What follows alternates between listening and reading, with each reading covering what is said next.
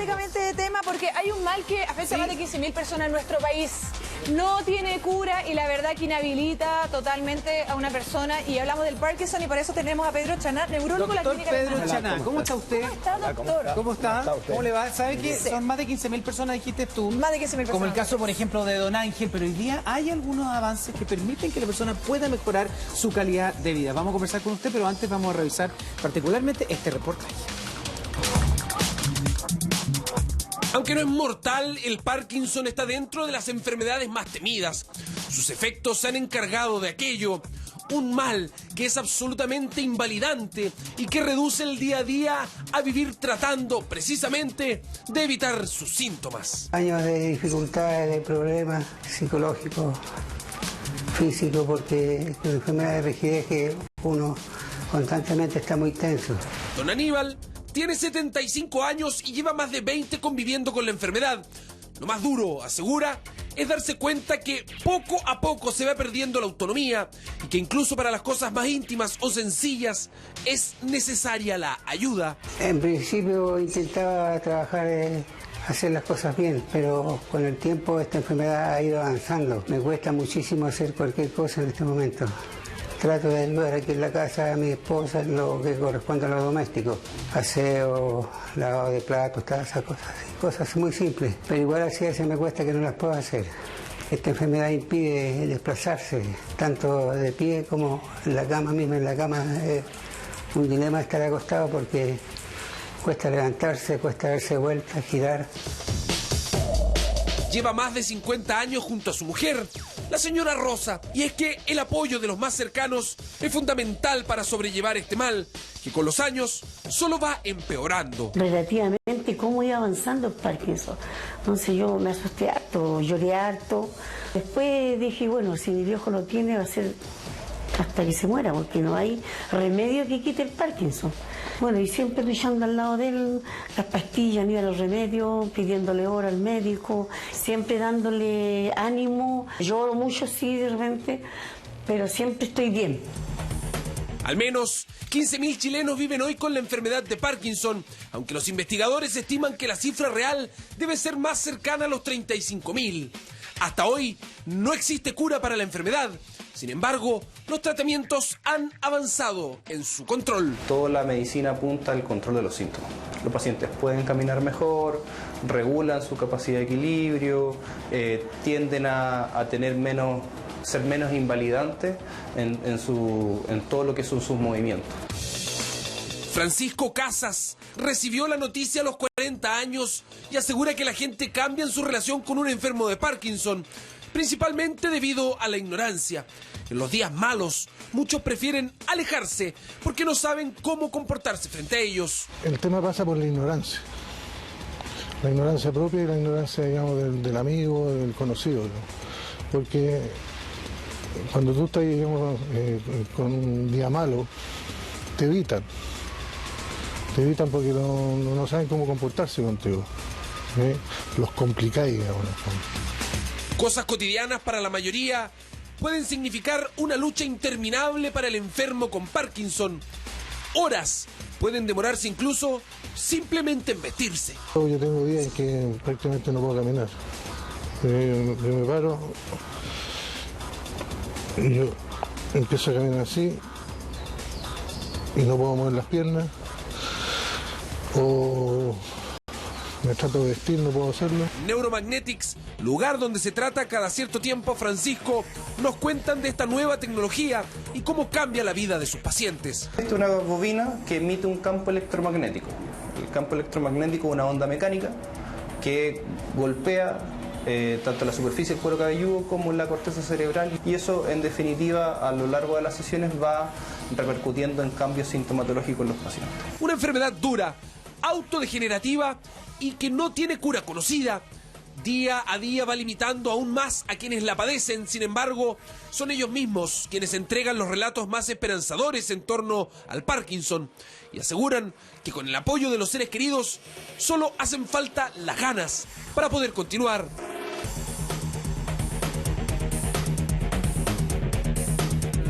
Reportaje, Carola. Así es, ya estamos con don Pedro. Pedro, síntomas. Partamos rápidamente porque queremos entrar en materia porque a la gente le llama la atención y todos de repente tenemos algún temblorcito, estamos nerviosos, después de quizás dormir poco, tensiones, uno queda temblorosa, pero ¿cuáles son los síntomas que uno debería preocuparse con respecto a que se puede desarrollar o potenciar un posible Parkinson? Mira, esencialmente el síntoma más importante es el lentecimiento, o sea, es un movimiento más lento.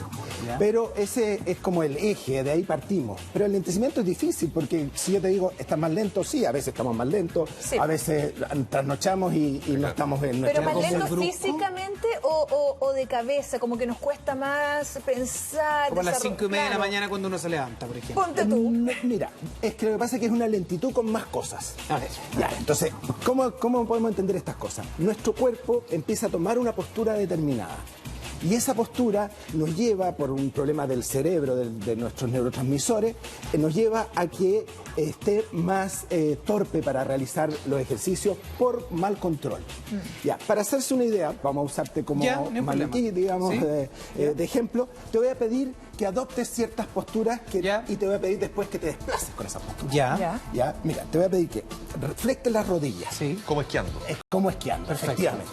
Que flectes un poquito los brazos, ya los sueltes un poco, no te voy a pedir que hagamos el temblor porque no todas las personas que tienen Parkinson tiemblan, que agaches un poco la cabeza y que trates de desplazar. Así. Ya te darás cuenta que esa posición es bastante compleja y te complica la vida al realizar movimientos. Evidentemente que tú no tienes la enfermedad, por lo tanto no es lo que vive la persona. No me es tan complejo caminar. Exactamente. ¿Pero qué pasaría una persona que padece Parkinson o está empezando quizás a tener un Parkinson? ¿Le va a costar hacer se hace ese ejercicio? Lo que pasa en su casa, es que su cerebro lo ha llevado a esta postura, lo ha llevado a esta posición que es molesta, que le dificulta, digamos, desplazarse, y además no tiene las herramientas para lograr compensar esta postura que le ha aparecido. Entonces la enfermedad es un elemento complejo que tiene, primero, el lentecimiento. Posteriormente pueden aparecer rigidez, o sea, dificultad para... o sea, uno queda de verdad está más tieso, tiene más dificultad. ¿Esa dificultad duele en la articulación? No duele, pero sí es como la sensación que refieren las personas, es como una armadura que te cayó dentro del cuerpo. Y que se rigidiza. Te rigidiza. Doctor, perdón, pero yo soy un tipo súper torpe.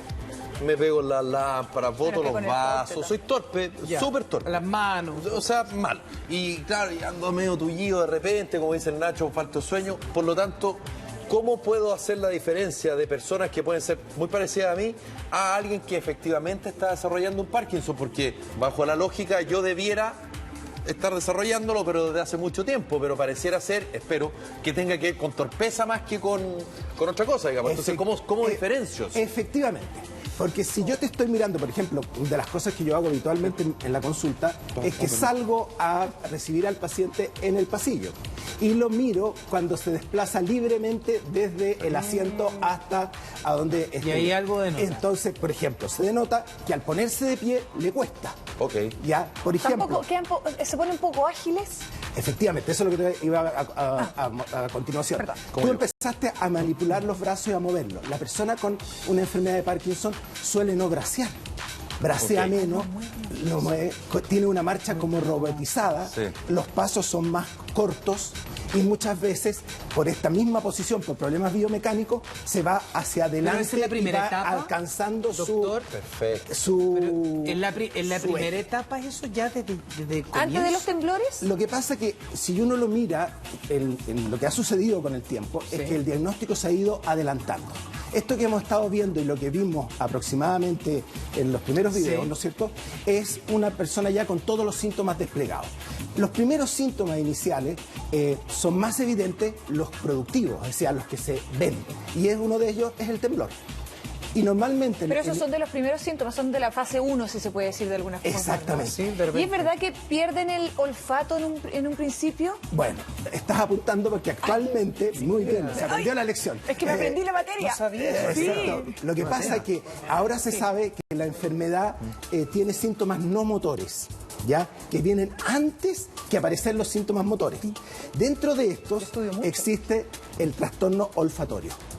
Ahora, no quiero aterrorizar a la población porque efectivamente los síntomas olfatorios son muy prevalentes. Y puede significar otra cosa. Por ejemplo, fumar. Claro. Fumar, las personas que fuman pierden el olfato. Nunca había escuchado eso yo del Parkinson, de perder el... El otro día salió en un artículo, de hecho. Exactamente. Y hay otros síntomas no motores que son mucho más importantes. Ya. Por ejemplo, los trastornos que se llaman trastornos conductuales del sueño REM. Esto es muy pomposo y muy técnico, muy médico. Pero estos trastornos conductuales, ¿no es cierto?, consisten en que la persona en la noche empieza a hablar dormida. De nuevo, mucha gente y a actuar en la noche. A ver, yo soy sonámbula, por ejemplo. Yo soy de las que me levanto dormida. Bueno, eso... Yo hablo hasta durmiendo, doctor. Exactamente. Bueno, empezamos a dejar en evidencia lo mismo que los trastornos olfatorios, ¿no es cierto? Hablo Que más que mucha Fidel. gente tiene estos tipos de trastornos y no todos van a desarrollar el fenómeno porque no todos corresponden exactamente. Sí, a claro. Pero esos son Ya, parte pero de los sumemos. Olfato, hay un cambio en el sueño, en realidad, empezar a hablar, no quizás solo bien moverse. estudiada, sino que además muy inteligente. Muy bien. ¿No ves? Porque No solo es, lo que, ahorita. es exactamente lo que hacemos. Y el temblor Sumamos es- cosas. claro. Y el temblor Porque empieza como es poco específico, Sí. tú tienes Claro. que sumar Sí. elementos para Exacto. poder ir al olfato, trastornos conductuales, constipación y bueno, y otros La elementos. constipación ¿Y doctor, también, en general los temblores parten en la parte de los brazos o puede ser en cualquier parte del cuerpo? Mira, normalmente en los brazos, lo más frecuente. Ya. Pero sin embargo, hay pacientes que empiezan en los ¿Es pies. constante o, en los pies. o de repente cada una hora al No, principio? en la primera característica del temblor más característico, porque hay muchos tipos de temblor, digamos, eso ya es toda una materia en sí, pero es el que se llama temblor de reposo. El temblor de reposo a 4 Hz, eso es lo técnico. Pero sería una cosa como que al dejar el brazo digamos, descansando, apareciera un temblor... etapa. Constante. No es No. cuando uno está así que uno le tiembla la mano. En la neurología de los ganglios de la base, que es las estructuras que se alteran, digamos, podemos mirarlo acá en este supuesto. cerebro. Ya.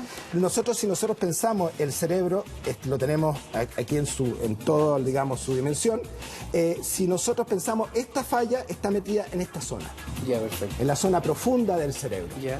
¿Ya? Esta zona profunda del cerebro es la que falla y que deja de producir dopamina y es la que se traduce en ciertos síntomas, primero lo que mencionábamos, estos no motores, y después los síntomas motores. ¿No hay cómo sustituir esa falta de esa enzima o lo Bueno, que sea? el tratamiento, cuando llega la persona, el problema que tenemos es cuando llega muy precozmente.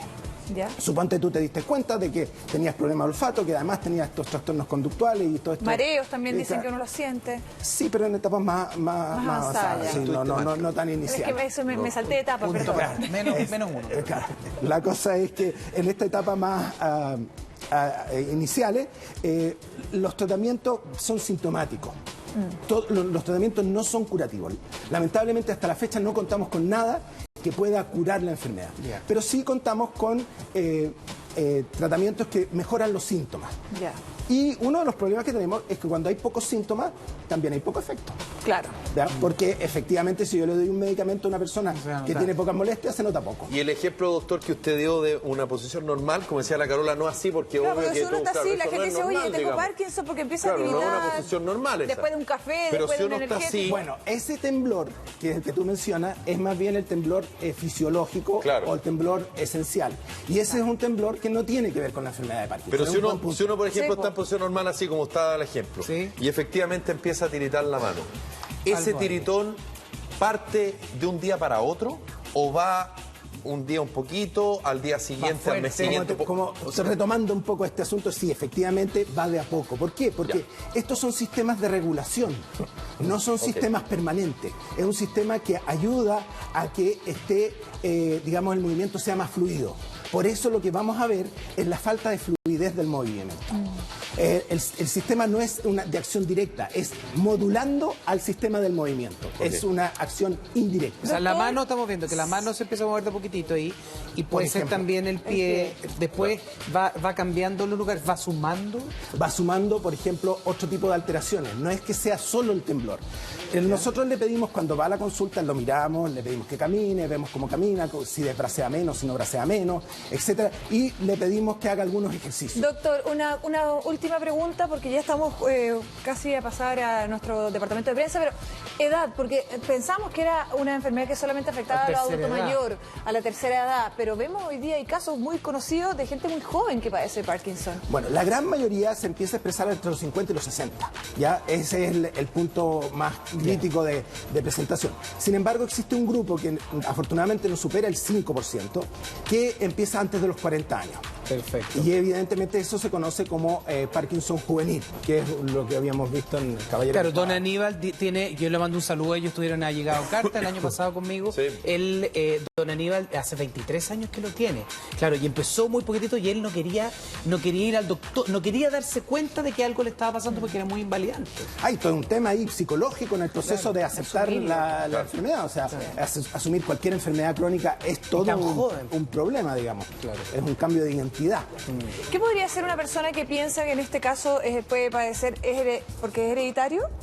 En los que son menores, los más jóvenes, aumenta el porcentaje de hereditario. Ya. En los más mayores, digamos, las personas sobre los 50 años, disminuye la incidencia hereditaria y solo hay tendencia. Entonces, por ejemplo, las personas que tienen un pariente con enfermedad de Parkinson tienen un 2% de posibilidades de hacer la enfermedad. Es bajo, pero más. Pasa que hay agentes patógenos externos que pueden ocasionar un Parkinson. Me refiero, por ejemplo, exceso de consumo de alcohol o de drogas, exceso de trabajo, estrés, ¿pueden facilitar la forma? Hay un estudio muy amplio en este. Claro, hay un estudio muy amplio y se sabe que hay cierta relación con pesticidas.